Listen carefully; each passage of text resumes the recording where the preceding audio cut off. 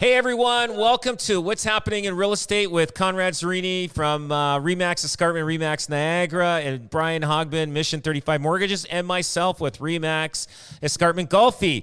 We got some headlines on the news that came up this week. It says how Ron DeSantis, the governor of Florida, is banning Chinese home ownership, has affected buyers and real estate agents, I guess 3 months in. Now, in Florida, there's a controversial law known as SB 264, which bans certain Chinese nationals from buying property in the state. What the hell's that about? Like, it's crazy and it's confusing. Yeah. I don't get it at all. Is there a strong Chinese population in Florida that are buying up? Like, is he trying to hold back because they're inflating the prices because they've got money, or like how it is in Vancouver? Well, yeah, and that's interesting that you say that too, because it's funny because Florida just actually got to second place in terms of the most expensive real estate. California per capita is number one. Number two was always New York, but New York's gone to third spot with Florida in second spot, so he's probably getting very sensitive to affordability in his state. And Florida's probably done the best of all the 50 states in terms of appreciation in housing. So he's looking at something, and they want to point a finger at somebody. And yeah, they are buying with cash, and they leave the places empty. Yeah. So, I mean, they're doing that in Vancouver, but they're not really pinpointing any particular race of people. They're basically saying, hey, if you're going to have a house empty, you're going to pay extra taxes on that. This guy is freaking going after a certain race of people and saying, hey, we don't want you buying houses and because they're just driving the prices up in Florida. But do you think he's is he going to get away with this? Is there going to be a class action lawsuit? Like what's going to happen? Like, is this guy, can he get away with this? I mean, in the US, they do all sorts of things. Oh yeah, I think so. And he's going on, like the whole banning TikTok and all that, because the ownership is Chinese as well. Yeah, you know what, he's playing to this pandering to a conservative group, and yeah, everybody's looking at it. Is my life better or worse now? And I have to find a boogeyman. And yeah, he can get away with it, no problem. I don't think there's an issue there. It's not a human rights thing. It's nothing. It's just basically him trying to protect the great citizens of Florida, as he always says. Right? So this is no different than us having the buyer represents and warrants that the buyer is not, and on completion will not be a non-Canadian under the non-Canadian provisions of prohibition on purchase. So they can actually get fined also, I guess, or is there jail time? But like in Canada, we've got this thing too, kind of. Yeah. It's a little different. We're not discriminatory. It's basically anybody that's not a non-Canadian. But well, it's not discriminatory, but I guess the idea is that how much money does that really amount to? Because if it does amount to a substantial amount and they decide to say, oh, well, you don't want my money, and they all pull out, what does that look like? Is that big enough to actually affect? Because then it could have the adverse effect. Even here, if you end up saying no, then that money gets driven somewhere else and maybe pulled out here. So that could affect property values if it's substantial enough. They may end up coming to Canada now. Who knows? They say, hey, screw it. Forget Florida, guys. Let's go to frickin' Ontario or go to Vancouver or wherever. Or Texas you know what I mean? Texas has been a safe haven, right? And I understand that Texas is, because it's very much like Saudi Arabia. Saudi Arabians have been buying Texas because it's very much like their climate, because they're kind of concerned that with global warming, they're going to need a plan B. So yeah, it's interesting. The U.S. has always been this little safe haven for people to buy. It's always been that great market, right? So interesting. Oh, well. Yeah, it's interesting. So here's another thing that hit the news, and this is a big thing, Conrad, and you were probably on the board getting this guy out. But an agent from, I guess, is he Mississauga agent, is it? Vaughan, I think. Vaughan. Richmond Hill or Vaughan, yeah. He puts on the market, is it TikTok or Instagram, just as a joke, off-market, 130 square miles, oceanfront lot. And this is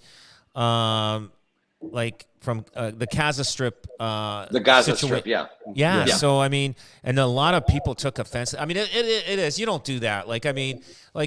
Everybody likes to get attention on social media, but this guy here basically is lost his job pretty well. Yeah, and it blew up. It took 10 minutes to kind of blow up and go viral. And he took it down, even by taking it down. But like, I don't know what strikes people as funny and, you know, what they think to get attention. But this was definitely the wrong attention. And it put a black eye on, I think, realtors and their, you know, some of their posts, I think, anyway. So, well, I'm sure people know that.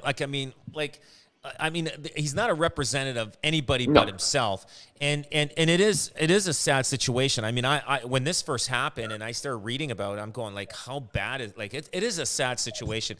I mean, it's sad to see even in today's times that there's two wars now going on in the world. Like it's like you think the war situation's over. I mean, the like other ones, like the one from Croatia had one in the 90s. Even that was like a surprise war back then. Right. You know what I'm saying? Like that was like what's happening, and but like who knows what's going on in this world? I mean, I'm just here in this bubble in Ontario, but this is sad that he posted this, and it's also sad that, he thought in his brain something was funny. Did he make like a public apology for it? Did he make any atonement to it? Did he say anything about it? There has been that. He did it right away. But the problem is, and I think if anybody that knows social media well enough, like it could be up for 30 seconds or it was up for 10 minutes. There were so many screen captures of it that then that too late. That got legs, and going. that was way too late. And I know REMAX Canada was involved and the brokerage and it was a very delicate situation. A real I can't even say what it is, like a terrible mistake on his part, like misjudgment. I don't even times 10. You know what I'm saying? Just He's got to look for a new career. Who knows? Totally. Who knows what's going to happen? Who knows what's going to happen to this guy? I'm curious to see in 6 months where this guy is going to be. But anyway, it's sad. It's sad that he posted something like that, and obviously he's learned. He's going to learn his lesson, and hopefully everybody else that watches this and sees this doesn't do anything stupid like that. But Brian, you are at a major function seminar. Was it Brokers of what was it that you spoke at? It was at Mortgage Professionals Canada. So we have an annual meeting every single year with great speakers, economists. And it was last weekend, actually. So I got to talk about, you know, people building their niches in their business. But Benjamin Taub was there. And I know, Conrad, you follow him, listen to him. And I always joke and say he's like the Morgan Freeman of economics. He's like the one economist that doesn't put you to sleep. Sorry, you know what I mean? But like you can listen to him. He's very engaging. But he had a very bold prediction as well, too, for 2024, which I thought was amazing. And I want to be cautiously optimistic in it. But he was forecasting not so much because Bank of Canada is meeting next week. And he was saying, you know, because inflation actually went down by 0.2, he seems to think they're going to hold steady now, maybe a quarter point. Conrad's thinking up. You thinking up, Conrad? I've been 50-50 on it. I'm probably saying a pause. I think a pause. Yeah. Well, you know what? One thing he said which was funny. He said, because everybody was talking about ChatGPT, and he said, when I asked ChatGPT what the Bank of Canada would have done, you know what it said? They would have stopped raising rates 50 basis points ago. Yes. That's ChatGPT, right? Hey, so, I could be a financier. I could be a politician now. Just use ChatGPT everywhere I go. I guess that's what President Biden's got to use now. I know. Well, this death by 1,000 cuts, I can't stand, and that's where I agree with ChatGPT. This death by 1,000 cuts. Look, you guys got a strategy. I get it. Let it work out through the economy. But this thing here is terrible, right? Well, what he ended up saying, which is for what he really made notice, is that Bank of Canada wants inflation to be at 2%. And we're at 3.8 now after the decrease. But he said if you back out the interest rate costs and housing, which is causing inflation, we're at 2%. 2%. It was like, He said it's the craziest thing because if you keep raising, of course it's going to go up. So his prediction was is that we're going to be seeing the cuts as soon as the middle of 2024, and that because of this death by 1,000 punches, like Conrad's saying there, you're likely going to see a 2-point cut by the end of 2024 was his prediction. So 2 points. Yeah. Now this is on variable, not on fixed. 2 points cut down by the end of 2024, which could be quite a bit. It's a huge difference for a lot of people. Yeah, like I say, I tell people, listen, between the next year and a half, short-term pain will be long-term gain. And you know what? And sometimes it's actually pretty good to buy a property now, and then knowing that the interest rates are coming down, you're going to benefit from it at, quite a bit. Like, so you can negotiate a super deal right now. Oh yeah. And then, get the mortgage. And then a year and a half, you're set to go. Well, and to his point too. Yeah. Oh, sorry, Con. To his point, he was just saying there is an enormous amount of pent up demand right now. Enormous. So when you do, because there's a lot of pre-approval buyers sitting on the sideline, as we know, waiting for rates to come down. A lot of, as these mortgages mature, there's approximately 100,000 mortgages that come up for renewal every single month.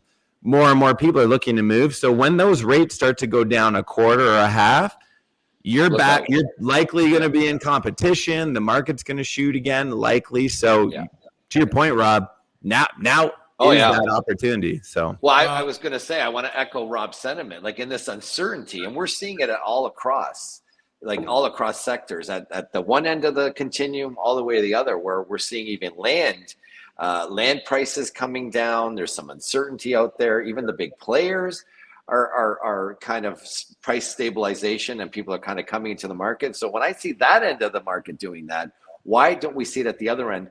This is the best opportunity. Look, sellers are in tune with what's going on. I wish the buyers would look at it a little differently and say, this is our opportunity to step in, because what Brian said is so true. When it goes the other way, God forbid, you know what I mean? God forbid what's going to happen, right? So, yeah. Question I want to ask. Okay, tell me if this is true or not. Okay, we are concentrating in the inner cities, building and trying to bring everybody like condos and everything. Okay, I get it. They're trying to save the greenland. I get it. But isn't that going to cause a major increase in prices on the existing houses that are there? They're not building, they're not sprawling out as fast. So not everybody wants to live in a condo. Don't you think that there's going to be an influx of people wanting to be in that townhouse? They want that little small backyard. They want that detached home. Those prices are going to go up rapidly. And if they keep holding back, is it going to, are we going to be like a big constipation, and then all of a sudden, bang, we have no choice? Well,